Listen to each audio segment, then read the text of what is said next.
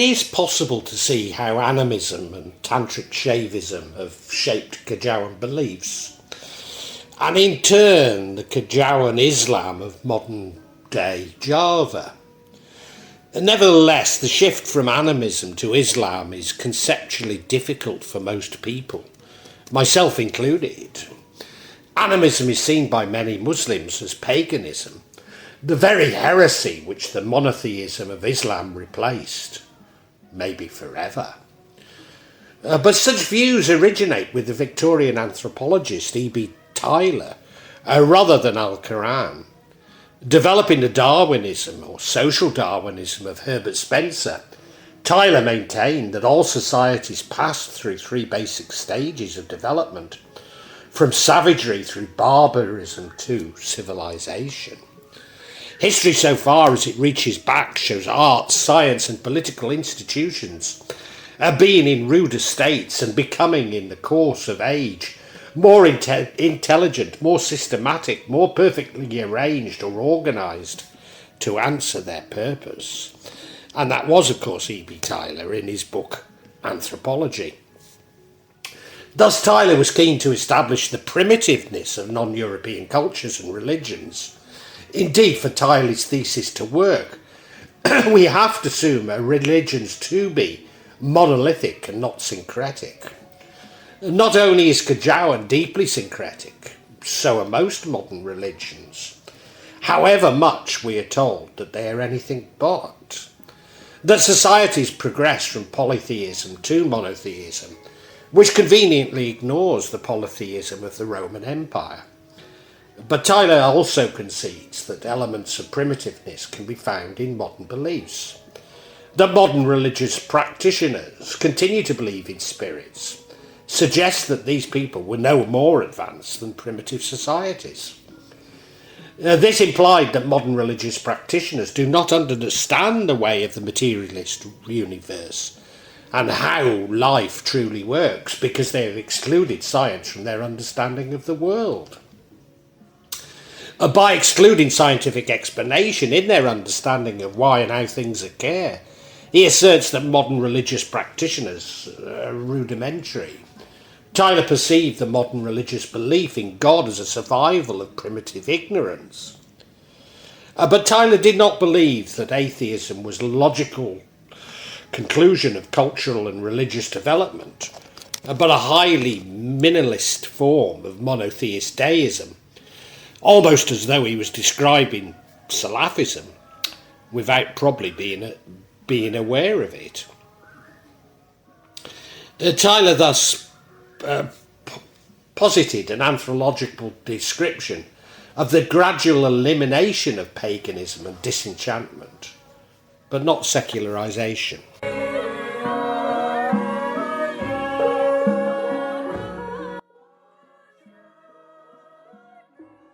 EB Tylor is responsible for actually creating a myth of animism itself, to unite what he saw as primitive human belief systems and religions. Originally he wanted to call it spiritualism, but recognised that this would create confusion with the Victorian spiritualist movement. Thus he used the term animism, developed from George Ernst Stahl, who had used animus in 1708 as a biothological theory that souls formed the vital principle. Thus the normal phenomenon of life and abnormal phenomenon of disease could be traced to spiritual causes. When animism is recognisable and coherent belief system, found within all religions and sets of behaviour towards nature, stretching throughout time, a coherent belief system now stretching into environmentalism and Gaia. Indeed, without animism having some impact on modern behaviour, it's hard to comprehend why it would take probiotics to improve our guts. Nevertheless, for the purpose of this vlog, I do need to talk of animism as though it is a religion we can identify and ascribe beliefs to. I'm increasingly convinced that Salafism does Islam a great disservice, propagating myths to support its underlying political agenda, and in doing so ruthlessly categorising the beliefs of others in an attempt to isolate and ultimately annihilate them. This includes Kejawen, which is derided as folk Islam at best, and most likely downright blasphemy. To continue through animism through Shaivism to Islam really doesn't support Kejawen's case to be authentic Islam at all, as Shaivism is potentially even more transgressive, supposedly embodying the polytheistic shirk of the subcontinent. For the purpose of this vlog, I am choosing to ignore the massive contribution of Shaivism to Kejawen, not least as I've already spoken about it many times, but also because I've recently discovered an intellectual path which moves directly from animism to Islam. Nevertheless, it's possible to trace a path from animism through Shaivism to Kejawen and ultimately Islam, as though there really is a progression. Of course, Kejawen doesn't help itself with the lower veils being focused on magic, which Salafis condemn as sorcery, without any consideration of what this magic is, nor indeed what sorcery is. So many spells I've encountered and suffered from have obvious animistic origins. Most spellcasting in Kejawen involves natural objects and are often intended to mimic the functions of nature. But again, this vlog is not about these lower veils of Kejawen and magic, which I've also spoken about at length. No, this vlog is an attempt to link the philosophy of animism with that of Islam. Again, Salafis would argue there is no philosophy within Islam, but I'll allow you to contemplate the banality of this statement for yourself. Having done so, if you believe there is no philosophy in Islam, I can only assume that you will continue to watch this vlog to fuel your moral outrage. And you're most welcome to do so, shouting out condemnations at every paragraph I have the audacity to utter.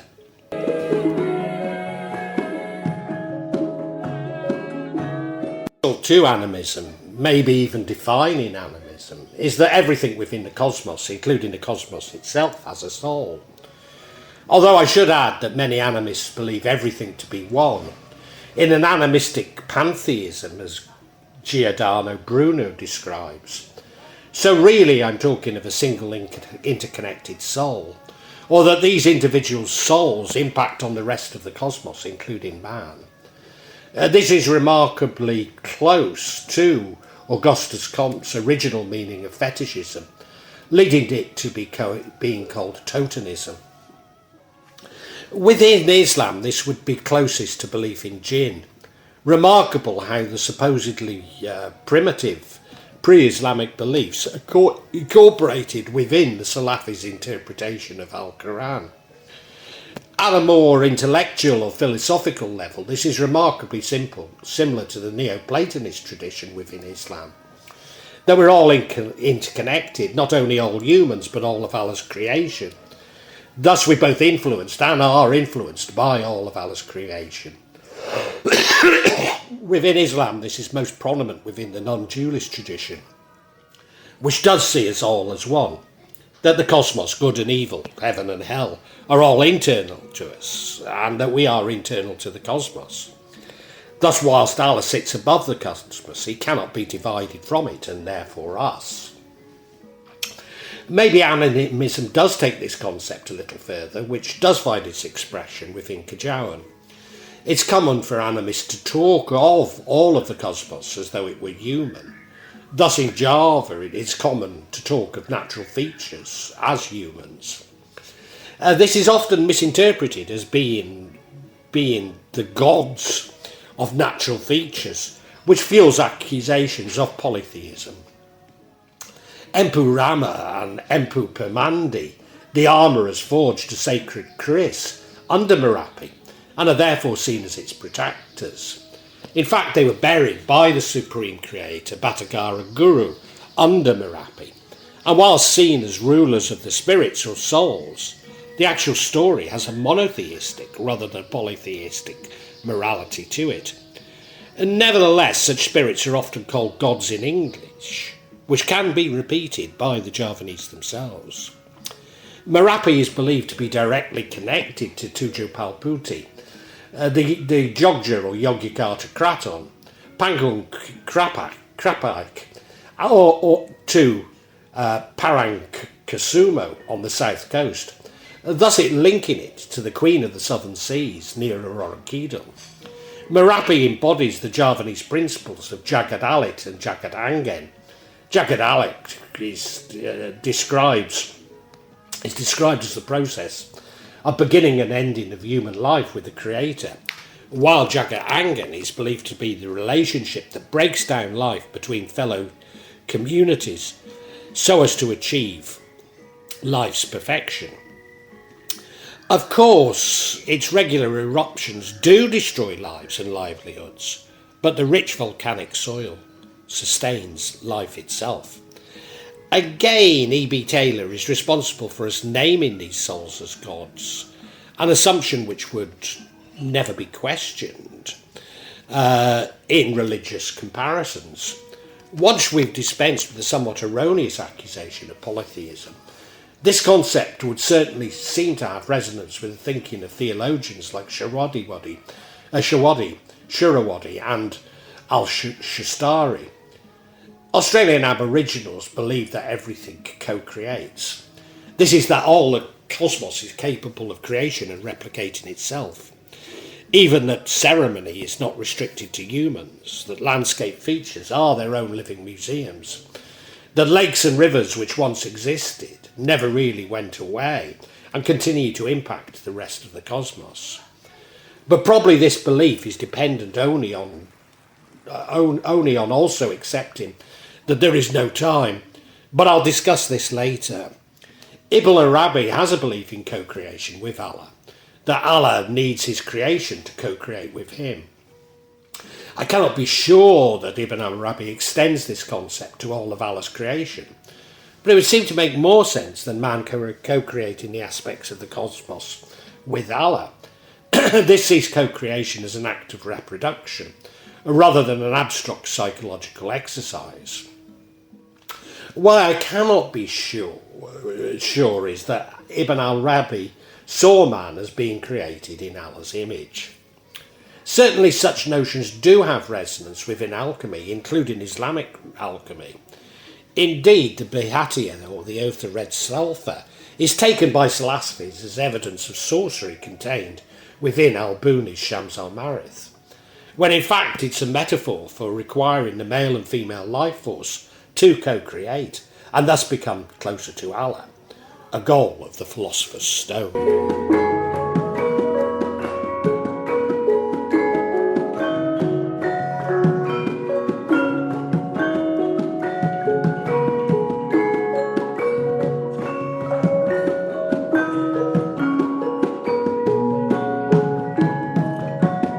A conscious co-creating universe also implies a notion of nature seeking balance, even the universe seeking balance.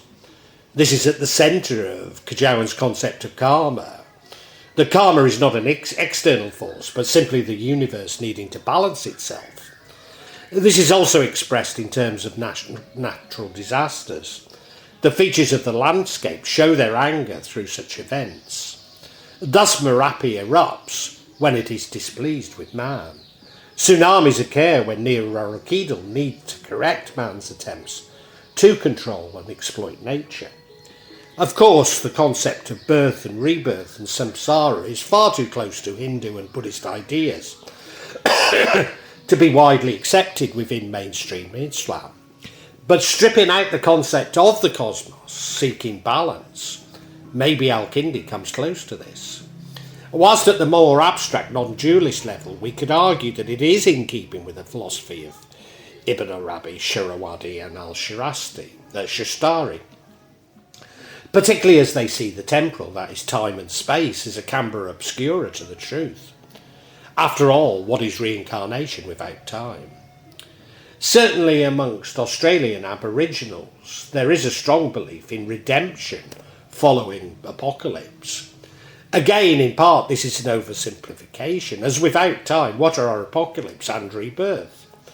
Thus, apocalypse and rebirth are a natural cycle and not something to be feared. Again, this is very much a part of the cosmos seeking balance. Gunung Tidar is a hill above Magelang, just to the north of Jogja or Yogyakarta and close to Candi Borobudur and Merapi. It contains many ancient graves of Chinese Indonesians.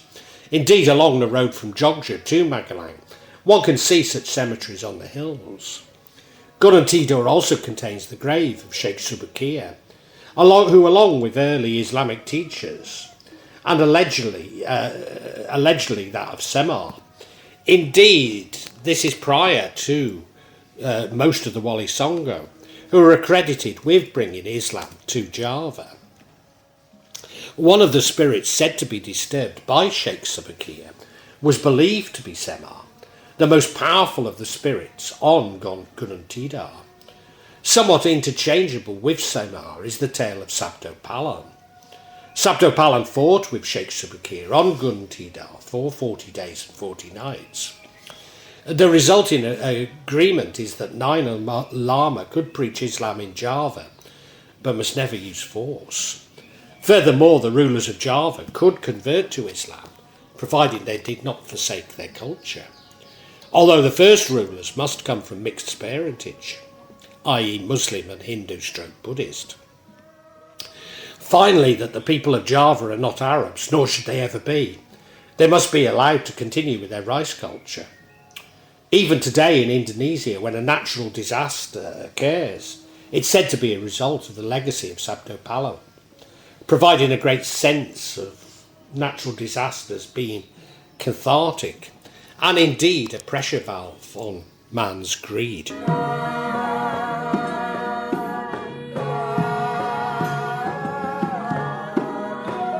I don't know how many of you listen to Gordon White, but I find him one of the deepest thinkers on magic on this platform. Gordon is Australian and often mentions Aboriginal dream time. The dreaming or dream time is used to represent Aboriginal concepts of everywhen, during which the land was inhabited by ancestral figures, often of historic proportions or with supernatural abilities. These figures were often distinct from gods, as they did not control the material world and were not worshipped but only revered. It's been described as an all-embracing concept that provides rules for living a moral code as well as rules for interacting with natural environment. It protects for a total integrated way of life, a lived daily reality. It embraces past, present and future.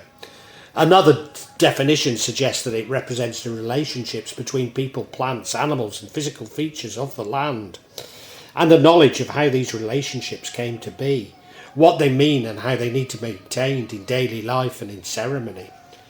Thus, for the Aboriginals, dreaming is important, or more important, than what we call reality. This is very much suggested by Ibn Arabi also.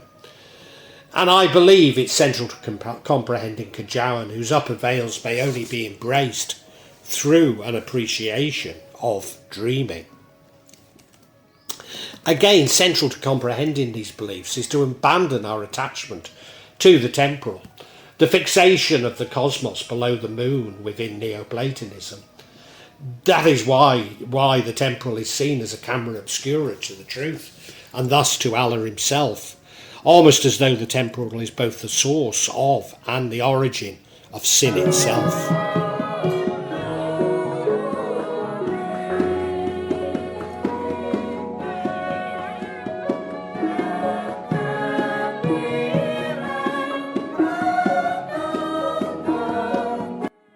Thus, the abandonment of the temporal is essential in comprehending this link between the animist tradition, Kejawen, and ultimately Islam. Without time, everything exists forever, including man. Thus, we are influenced by the nature of the past, as there is no past, and possibly influenced by the nature of the future, as there is no future. For me, this is critical in explaining the paranormal. If man always exists, then reincarnation is a metaphor, as there is no time. But most important, what are the dead and ghosts if there is no time? The souls of our ancestors are always with us and influencing us, maybe even us. But then so are the souls of animals, plants, inanimate objects and the landscape itself, ever present and ever part of our experience. Such concepts are very much at the heart of Kejawen and maybe provides a cohesion between the lower veils, which include magic, and the higher veils, which include moving closer to God. Indeed, this idea of cohesion between the lower veils and moving closer to God is replicated into the intellectual journey between animism and Islamic Neo-Platonism. Drawing on the work of Bruno Latour, many anthropologists question modernist assumptions and theorise that all societies continue to animate the world around them. In contrast to Tylor's reasoning, however, this animism is considered to be more than just a remnant of primitive thought. Specifically, the animism of modernity is characterised by humanity's professional subcultures, as its ability to treat the world as a detached entity within a delimited sphere of activity. Thus, I want to emphasise that animism should not be seen as a isolated set of primitive beliefs, but a philosophy of set actions which are found within all religious traditions and activities across all time. Thus, contrasting animism, Kejawen and Islam is an exercise in colonialism, an attempt to label certain beliefs as primitive and to reinforce the constant progress of man. For all the protestations of Salafis, we can see a distinct animistic influence within Islam, without needing to move through Kejawen, as though there is a hierarchy, with political Islam at its apex.